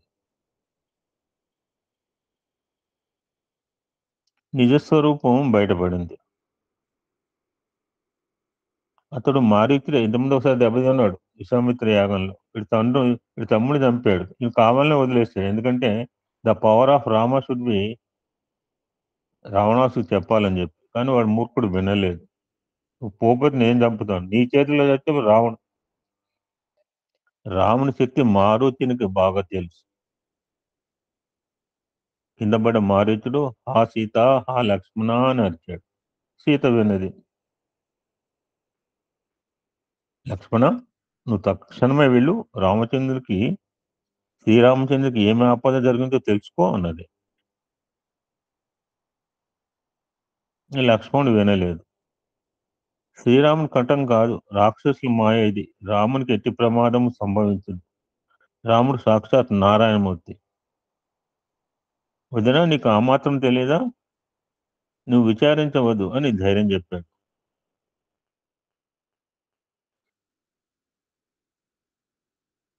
లక్ష్మణుడు అయితే ముందు రామకార్యం జరగటానికి తను ఒక ఉపకరణం అని సీతకు తెలుసు. లక్ష్మణులు ఎట్లా అయినా పంపాలని సీత ఆలోచన. అయితే లక్ష్మణ్ మంచి మాటల్లో కదలడు. చూడండి ఎలా ఉంటుంది సీక్వెన్స్, ఆలోచించండి. ఏదో ఒక రామాయణం విన్నా, ఎన్నిసార్లు విన్నా విశ్లేషణ లేకుండా ఉపయోగం లేదండి. మామూలుగా చెప్తే లక్ష్మణుడు వినడం తెలుసు, లక్ష్మణుడు ఇక్కడ ఉండకూడదు, వెళ్ళాల.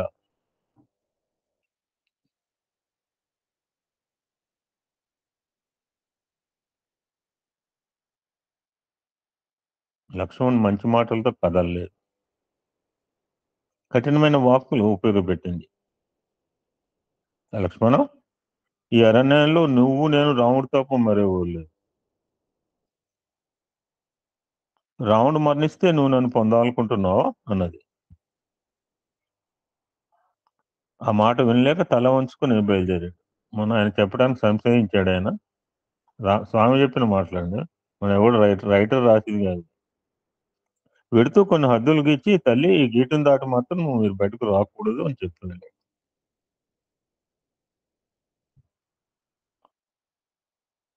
ఇంకో మాట అంటున్నారు స్వామి, ఇది సీతారాములకు చాలా చెడ్డ కాలం అని చాలా మంది భావిస్తుంటారు. అంటే మళ్ళాంటి వాళ్ళు. మనకేం తెలుసు? మిడిమిడి జ్ఞానంలో రామాయణం తెలుసు. చెడ్డకాలం కాదు, మంచి కాలం. ఎందుకంటే జరగవలసిందంతా జరగాలి. రామావతారం వచ్చింది రాక్షస సంహారం కోసమే కదా.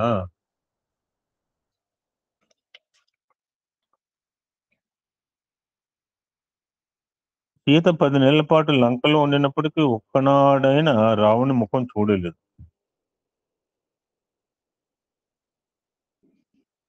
ఒక దినము రావణుడు వచ్చి, సీత, ఈ సకల సంపదలు నీవే, ఈ అంతఃపురం నీది, నీవు నా రాణివి.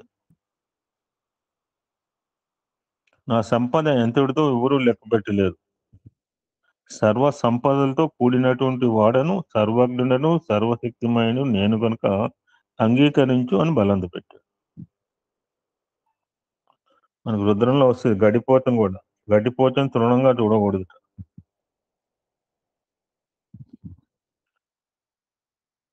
అప్పుడు తన కాలి కింద ఉన్న గడ్డిపోతను ఒకదాన్ని తీసి సీత, రావణి సంపద ముందు నీ సంపద ఈ గడిపోతో సమానం. రాముడు ప్రజ్ఞాన సంపత్తి గలవాడు,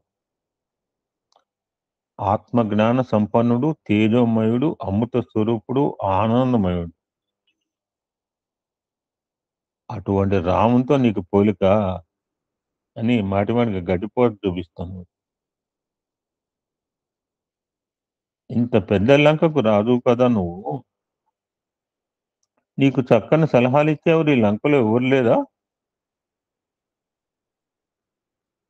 ఒకవేళ ఉండినప్పటికీ వారి సలహాలు నువ్వు తీసుకోవటం లేదా?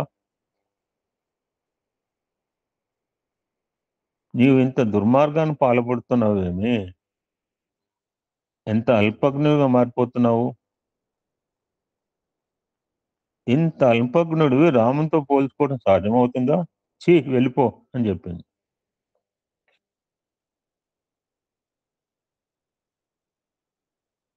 ఏనాడు మాట్లాడని సీత ఆ గడ్డిపోతను చూస్తూ ఆ గడ్డిపోతని రావణుగా భావించుకుని అనేక రకముల విమర్శిస్తూ వచ్చింది.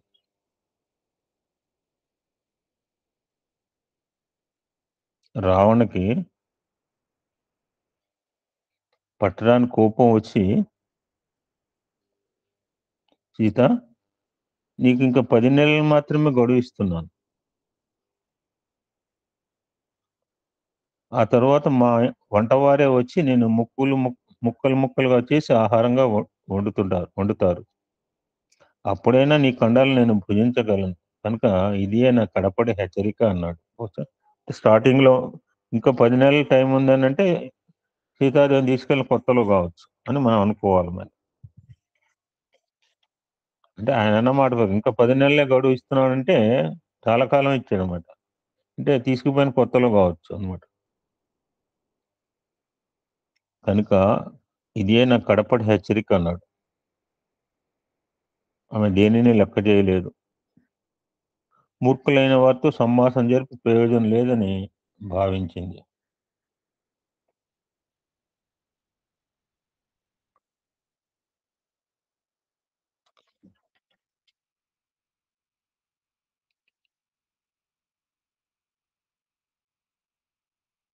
Here we can stop and we can have a few minutes about Vasanta Panchami.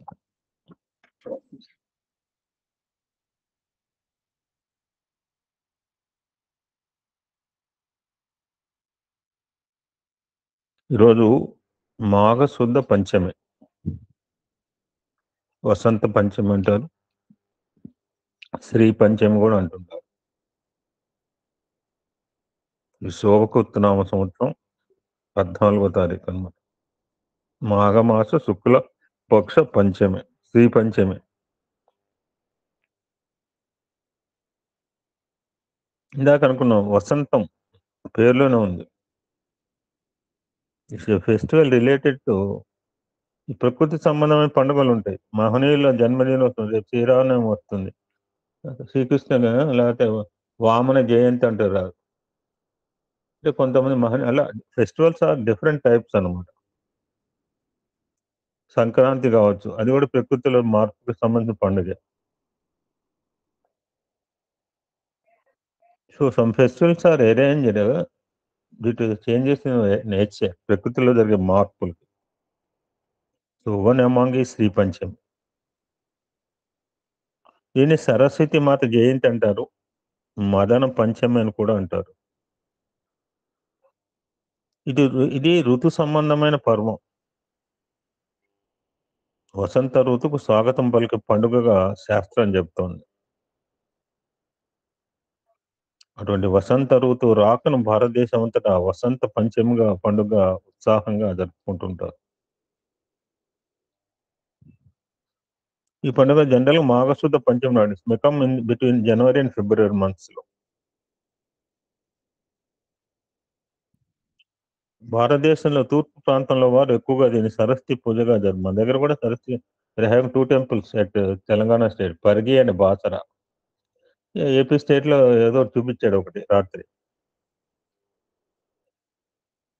ఎవరు ఈ సరస్వతి అంటే జ్ఞానానికి అధిదేవత సరస్వతి. జ్ఞానప్రదాయిని జ్ఞానేశ్వరి భగవతి భారతి నారాయణ అని పాడుతుంటాం. ఆమె జ్ఞానస్వరూపిణి. శాస్త్రం కావచ్చు, కళలు కావచ్చు, విజ్ఞానం కావచ్చు, హస్తకళ కావచ్చు. వీ హ్యావ్ 64 టైప్స్ ఆఫ్ చదువులు, విద్యలు. 24 రకాల చదువులు అన్నిటికి కూడా చదువుల తల్లి. ఇవన్నీ కూడా ఎడ్యుకేషన్. సరస్వతి అంశాలుగా మన పెద్దలు భావిస్తుంటారు. ఇంకో మాట వాడుతుంటాం మనం, సృజనాత్మక శక్తి. బాల వికాస్ మోటో కూడా అది. పిల్లల్లో దాగి ఉంది బయటికి తీసుకురావాలి. తల్లిదండ్రులకు ఓపిక లేదు, టీచర్లకి సమయం లేదు. So Bala Vikas teacher should work out to bring out the inner talents. That's called సృజనాత్మక శక్తి. స్ఫూర్తి. ఇవి కూడా వీణాపాని సరస్వతి సంకేతంగా చెబుతుంటారు. కేవలం చదువు బుక్కిష్ నాలెడ్జ్ మాత్రమే కాదు. ఆల్ ది టాలెంట్ మనలో ఉన్న అన్ని కూడా విద్యలు సరస్వతీదేవికి సంబంధించి. అటువంటి శ్రీ పంచమిని విద్యారంభ దినంగా భావిస్తారు. చాలా మంది పిల్లలకు చిన్న పిల్లలకి అక్షరాభ్యాసం చేయిస్తున్నారు క్షేత్రాలు, వివిధ క్షేత్రాల్లో. అందులో ముఖ్యంది తెలంగాణ అసలు బాసర క్షేత్రం అన్నమాట.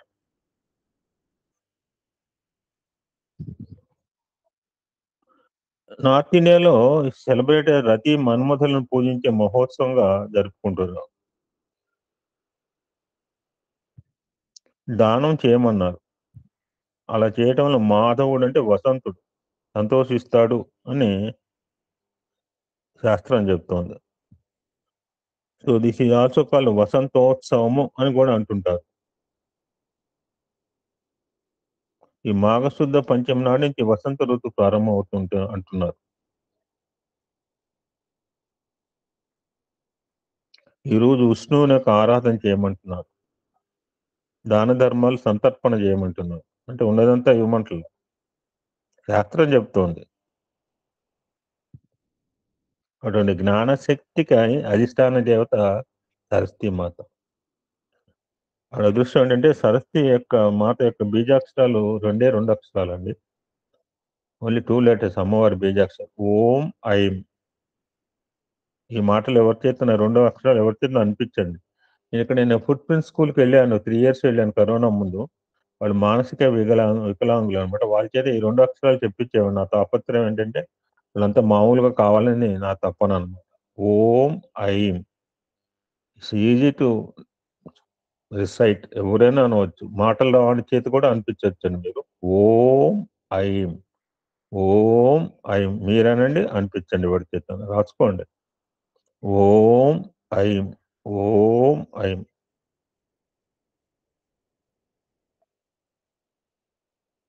అటువంటి సరస్వతి మాట జ్ఞానప్రదాత, వివేక, దూరదర్శిత్వ, బుద్ధిమత్తత, విచార, ఇటువంటి డిఫరెంట్ క్వాలిటీస్ ని అమ్మవారు మనకి అనుగ్రహిస్తుంది. ఆల్ ఎసెన్స్ ఆఫ్ సరస్వతి జ్ఞానం. జ్ఞానానికి ప్రతీక మాటలు కావచ్చు, జ్ఞానం కావచ్చు, వివేకం కావచ్చు, దూరదర్శిత్వం, ఫోర్ సైట్ అంటే ముందు చూపు, బుద్ధి కుశలత, విచారణశీలత, డిస్క్రిమినేషన్ పవర్.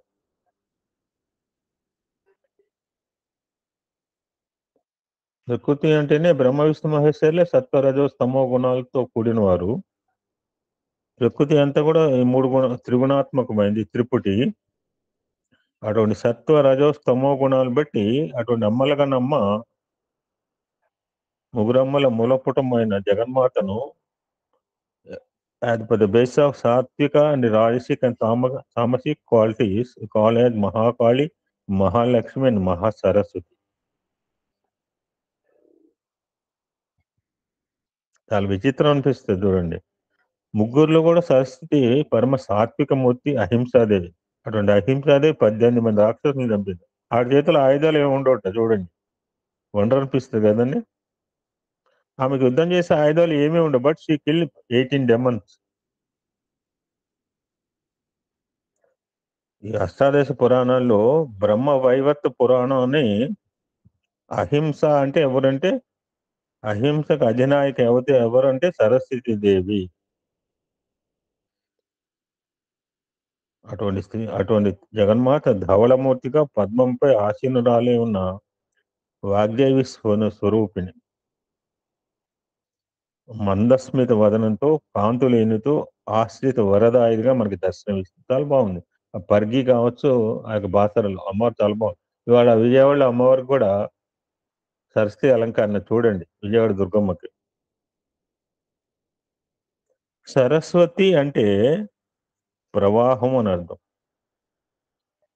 మన శరీరంలో రక్తం ప్రవహించాల, స్టాగ్నేషన్ గా ఉండకూడదు. స్టాగ్నేటెడ్ వాటర్లో ఎవడు స్నానం చేయడు. మురికి కూపాల్లో ప్రవహించే జలంలో చేయమంటారు. డబ్బు కూడా ప్రవహించాలి, ఒకచోటే ఉండకూడదు. రక్తం ప్రవహించాలి, ధనం కూడా ప్రవహించాలి. ఈ ప్రవాహం అనేది దేనికంటే చైతన్యానికి ప్రతీక.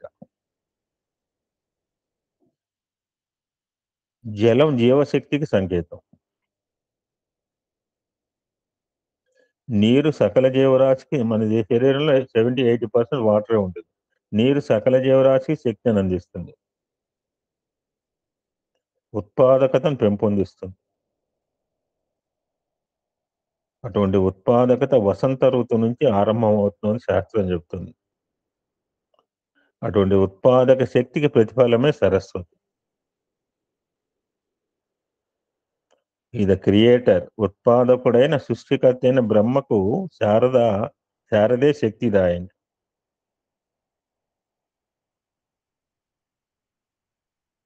అటువంటి వసంత పంచమి వసంతానికి ఆరంభ సూచకంగా అనుకుంటున్నాం కనుక ఈ రోజున అమ్మవారికి మనం తలుచుకోవటం, పూజించడం సహేతుకం. మన అమ్మవారిని తలుచుకున్నాం, అదే పూజ. నార్త్ ఇండియాలో బాగా చేస్తారు ఈ పూజ. ఇట్స్ కాల్డ్ శ్రీ పంచమి అంటారు. శ్రీ అంటే సంపద. ఏం సంపద? జ్ఞాన సంపదగా సరస్వతిని ఈరోజు పూజించడం ఫలప్రదాయకం.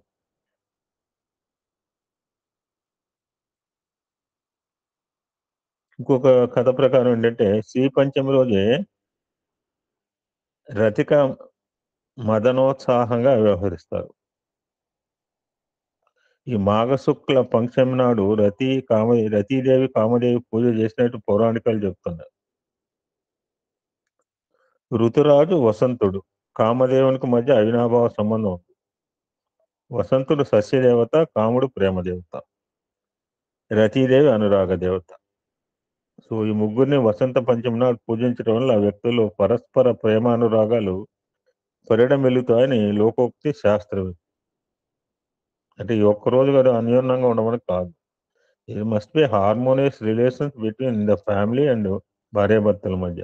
అంతేగాని వసంతుడు వచ్చాడు లేకపోతే వసంత పంచములు ఇవాళ మంచిగా రేపు కొట్టు తాగటం కాదు. ఆ విధంగా ఎన్నో రకాల అంతర్యాల యొక్క సమ్మేళనము ఈ వసంత పంచమి పర్వదినం.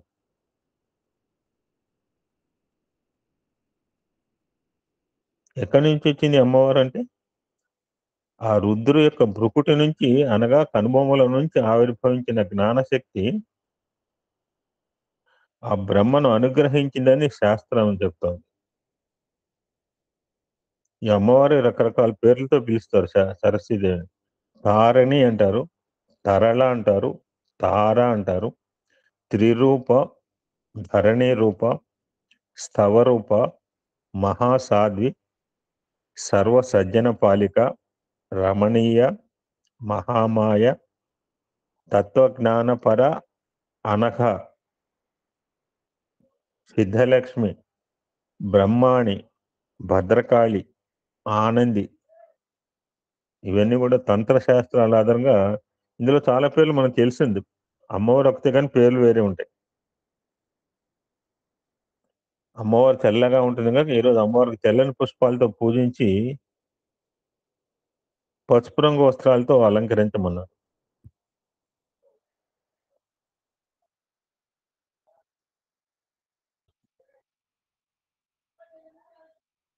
ఎవరు చేసుకోవచ్చు అంటే కులమత భేదాలు లేకుండా జ్ఞానం అందరికి కావాలి కదా. ప్రపంచమంతా కూడా సరస్వతిని పూజించుకోవచ్చు.